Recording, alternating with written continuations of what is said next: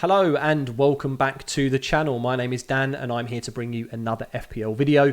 In this one we're going to be looking at my team selection ahead of game week 25. It is of course a blank and a double game week that we need to be able to navigate as managers, and personally, and I think a lot of the community also do have 2 free transfers going into this week, which puts us in the best possible position. Of course, if you are new to the channel and you enjoy the content, guys, please do consider smashing the like button below. Of course, today we'll be covering everything from captaincy, vice captaincy, possible transfer routes, a snapshot of how I got on in game week 24. But yeah, of course, let's not hesitate. Let's jump straight into it. Let's have a look at how we got on in game week 24. And to be honest, all things said and done, 72 points, guys. I am very, very happy with that. I've managed to nearly increase my rank by another 50% here, slashing it from 137k to 69k now. Absolutely phenomenal stuff.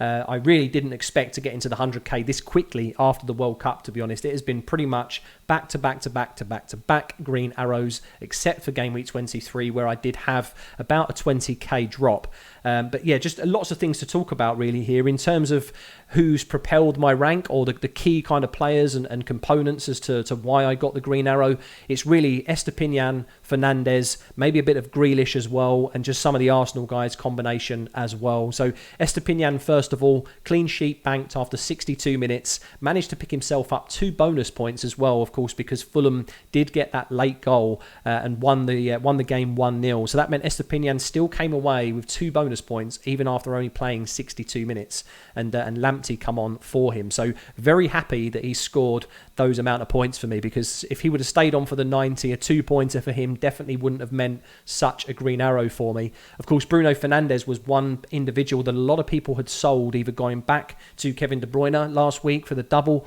but in general they also knew they needed to maybe move him on ahead of the blank game week of game week 25. But I held true and stayed strong with him. He's managed to score me 12 points this week, was absolutely fantastic. And of course, if you did choose to give him the armband, guys, then congratulations to you. But of course, main congratulations, I guess, needs to go on to those of you that captained Marcus Rashford. Absolutely phenomenal performance from this man. He just cannot stop scoring right now. So 15 points or 30 points if you gave him the armband. I personally wasn't brave enough to do it, although I did move the vice captaincy in with 1 minute to spare in terms of the deadline. But that wasn't to be. It didn't make any difference whatsoever. Haaland did only score 2 points and blanked against Forest, meaning yes, Rashford captains once again. If you chose that differential, phenomenal stuff from you guys. Of course, Jack Grealish, the other man to mention here, I selected him ahead of Mahrez for budget constraints in what we were talking about in previous videos, and what I'll be talking about in terms of my current transfer plans for game week 25, and he's come away with another return. He scored 5 points. Of course, Mahrez didn't feature, which was absolutely great because a lot of people were looking at either Mahrez or Grealish in game week 23. So for him to have got the returns he did in 23, to come away with an assist in game week 24, it's been great. It's been great owning him. He's done the job already, in my opinion, and that's ahead of a very favourable Bournemouth fixture as well. So very happy with him. Of course, let's talk about variance overall then, I suppose, in terms of the captaincy and vice captaincy as spoken about. On a different week, I think, some people have posed the question to me, does this now take away the appeal of captaincy to Haaland, or the perma captaincy option? For me personally, it was never a permanent captain choice to go with Erling Haaland. I have personally chosen Rashford as a differential, not only for the triple captain chip, but also as a differential captain, a normal captaincy armband for him. So I absolutely understand why people would have gone for him against Leicester at home. That being said, though, the variance side of things, Haaland had essentially 2 chances. There was one where Phil Foden could have slotted him into essentially what was a tap-in. If you've not seen the highlights yet, or you didn't watch the game, I think Phil Foden really needs to buck his ideas up with playing with Haaland, because that's not the first time that he's done this, and I think Pep is going to essentially punish him for it, because Haaland would have scored. It would have probably meant the difference between Nottingham Forest potentially scoring that goal to come back into the game, and of course maybe actually getting the 3 points that they so desperately needed. But that wasn't to be. And of course, he missed that chance or opportunity because Foden was late to the pass. And the second opportunity was about 5 or 6 yards out from the byline. He managed to sky a chance over. Of course, there was a Nottingham Forest defender and the goalkeeper was in goal. Maybe just putting him off enough, but you'd expect a man of his calibre and the performances that he's put in of previous, that he should have put those goals away. But it wasn't to be. He did only score 2 points. Again, all things said and done for me personally, 72 points, even not having the armband on a differential has meant an absolute skyrocket in terms of rank. So very, very happy overall. But let me know in the comments below how you got on, guys. Of course, I always want to know how well you're doing or how badly. We're very honest on this channel, right? So how we're looking for game week 25 without making any transfers then is what you see on screen here. So currently I've got 4 double game week players. 3 of them, of course, are the Arsenal assets in Gabriel, Saka and Odegaard. Bueno, of course, don't really feel like anything's going to come from him majorly here. I think he maybe plays 1 fixture at best, potentially doesn't even get a clean sheet in those fixtures either, but he's a playing player potentially, and also he's 3.9 million. He's not on the chopping block for me. He was always going to be fodder, and it's a way to be able to navigate blank game week 25 to some degree without hits, right? So I'm going to be playing him. We then have Jack Grealish as that differential against Bournemouth, which I'm hoping he can feature against. Of course, then Sam Greenwood, another one to mention there against Southampton. I haven't got enough budget to be able to move him on to anybody else like a Nonto, for example, that's also playing. And I'm just going to anticipate that he scores me 1 or 2 points, but I don't have the budget to be able to move him on, and I've also got the constraints of the formation that I choose week in, week out, which at the moment is a 3-5-2. If I was to move on Sam Greenwood, then because I'm holding on to Marcus Rashford on my bench through this blank game week and longer term, I don't want to shift my squad into a benching headache or a benching dilemma every week where I'll have a playing striker and of course that extra playing midfielder as well. I much prefer having one of the budget options, so if he gets his 1 point in an appearance point, so be it this week. And as you can see there, in terms of potential transfers, we've got Luke Shaw and Fernandes that are both blanking. And the reason why they're currently in my starting 11 is those are the 2 individuals that are on the chopping block this week, because essentially they're blank players and I can bring in 2 double game week players.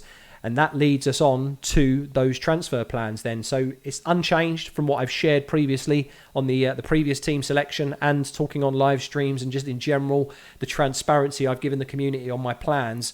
And although it does say route 1 on the graphic here, it is pretty much the only route that I feel like I will go this week. There is a slight caveat to that, which we'll cover in a moment. But Bruno Fernandes to Mohamed Salah looks like the most optimal strategy for me, especially as I'll more than likely be handing the armband to him. He features a double in game week 25. Of course, he's got United in 26, which we could argue is maybe a bit of a tough fixture, but I'm still going to play him as I think that we'll have Casemiro back by this point, but the fixture congestion will mean a little bit of rotation potentially for United and a bit of exhaustion. So I don't see any reason why you wouldn't play Mo Salah against us at Anfield. And then, of course, Bournemouth in 27 is a great fixture to have him for. So I think he makes sense to move for.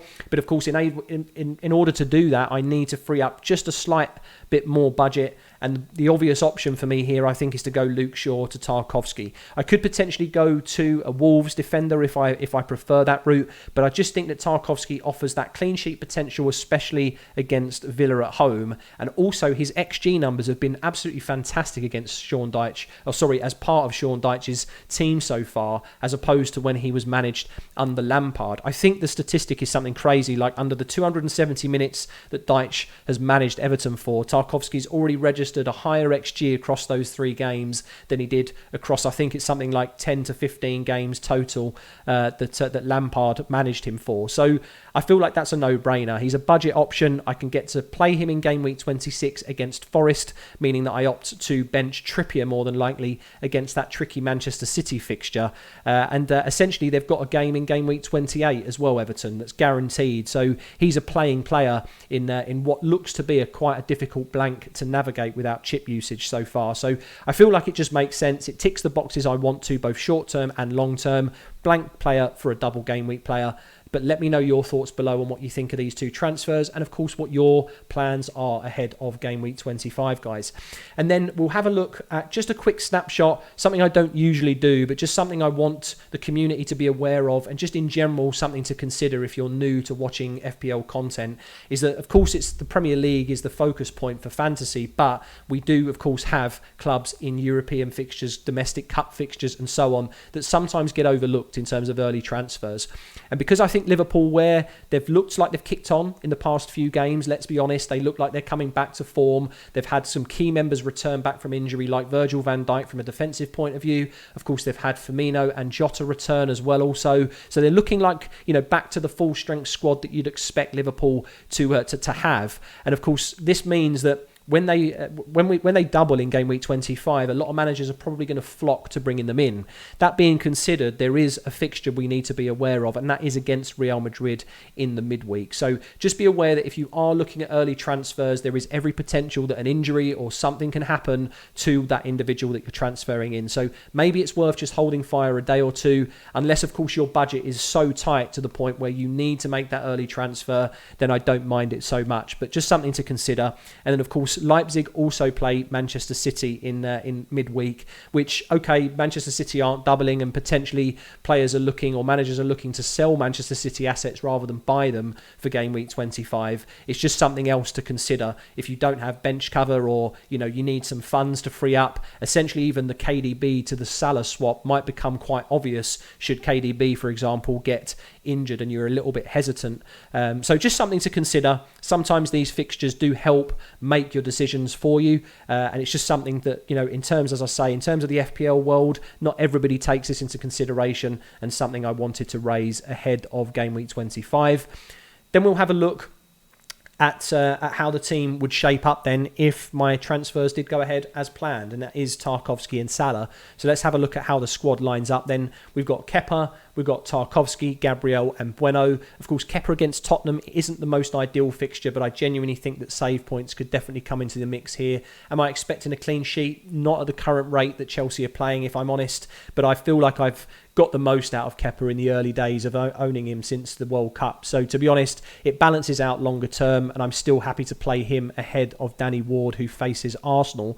We've then got three double game week players in Bueno, Gabriel and Tarkowski. Again, as mentioned with Bueno, I'm not really anticipating much from him. There's maybe a potential reduced minutes against Liverpool on that second fixture there. Fulham are a team that are vying for possible European places now. So do I feel like they kick on and maybe do something against Wolves? Probably, if I'm honest. So I think this is going to be a tricky couple of fixtures for him, even if he does play. But at the end of the day, he's a playing player, and it allows me to bench the important players that I want to bench and carry through this blank game week without having to sell them. So he just fits the mould for this at the moment. Gabriel, of course, been a little bit disappointing to own him over the past few weeks, but it is another double game week. So across the 5 fixtures in these 3 game weeks that we have, I'm expecting at least 1 clean sheet here. I mean, if he gets 2 or even a goal or some kind of return, that would be an absolutely fantastic transfer for me overall. But I think he makes the most sense, of course, in terms of that defensive line for me. Tarkowski as well, as already mentioned, XG numbers are looking really strong under Dyche currently, and I anticipate that they'll make it a little bit tough for Villa, to be honest, and I'm hoping that we bag at least 1 clean sheet from him. But at 4.3 million, the value is so good that once a player is double game week in, and I don't really feel like I'm going to be playing him longer term. He just makes sense to play in game week 26 and also got the guaranteed fixture in 28. He fits the mould on all fronts for me, so that's why he features in the team. We then have a look at how the midfield is shaping up then, and that is of course Jack Grealish as my City differential pick.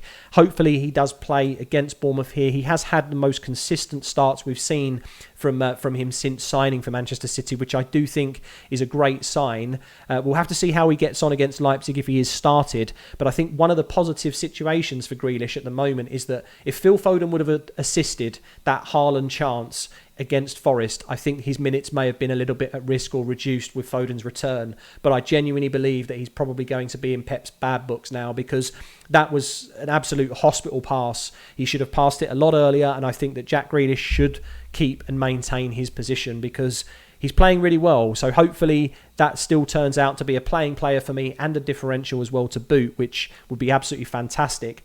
We've then got the two Arsenal midfielders in Saka and Odegaard, both with a double as well. Leicester away and Everton at home, very favourable fixtures.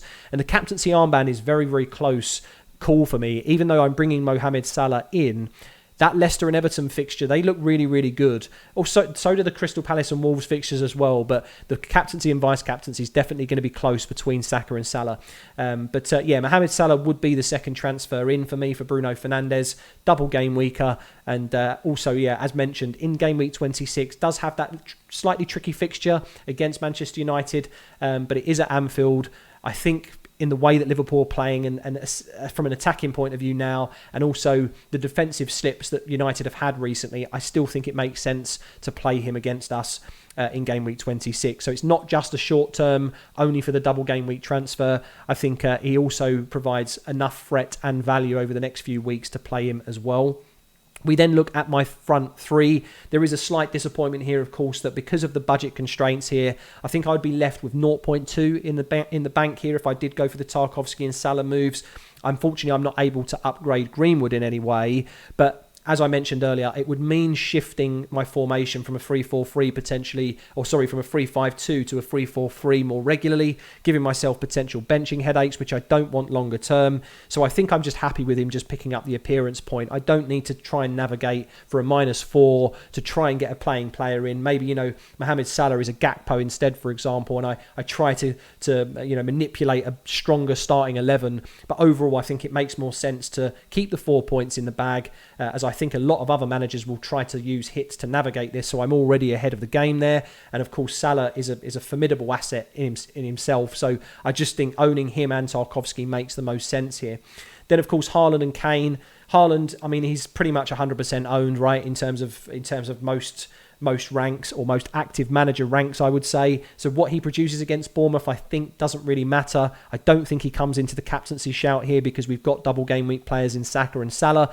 So I don't think really any return he gives us, or any lack of minutes or returns, is going to be very important this week. So he's just going to play regardless of what he does. And of course then Harry Kane against Chelsea at home. We know what he does against other London-based teams in Arsenal, most recently West Ham, as he got that assist. So I think he makes sense to hold longer term. I know some people are looking at potentially moving him on, but I personally think that as a penalty taker for Spurs, and just in general, his longer term fixtures, it makes sense to hold him for now. So that's how the team is shaping up. Finally, we just talk about bench and captaincy choice. And as you can see, captaincy armband currently on Mohamed Salah with a vice captaincy on Saka. I think it's a lot closer than maybe it looks on paper between these two, especially based on the value of each player, right? You've got one player that's 12.6 million and another that's 8.3-ish, I think now for Saka, maybe 8.4.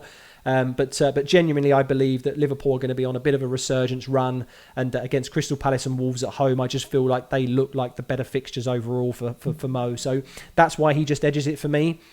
Of course, on the bench, we have got 3 blank players. So we've got absolutely no cover whatsoever for this game week. But it does mean that longer term, I get to keep the value and Trippier as my defensive option for Newcastle. I genuinely believe he has better fixtures longer term than Manchester United do with Luke Shaw. So I think it makes sense to sell Shaw over Trippier. So I'll be keeping hold of him. I've then got Marcus Rashford. Again, absolute no-brainer in the form of his life. He's absolutely going nowhere in this squad.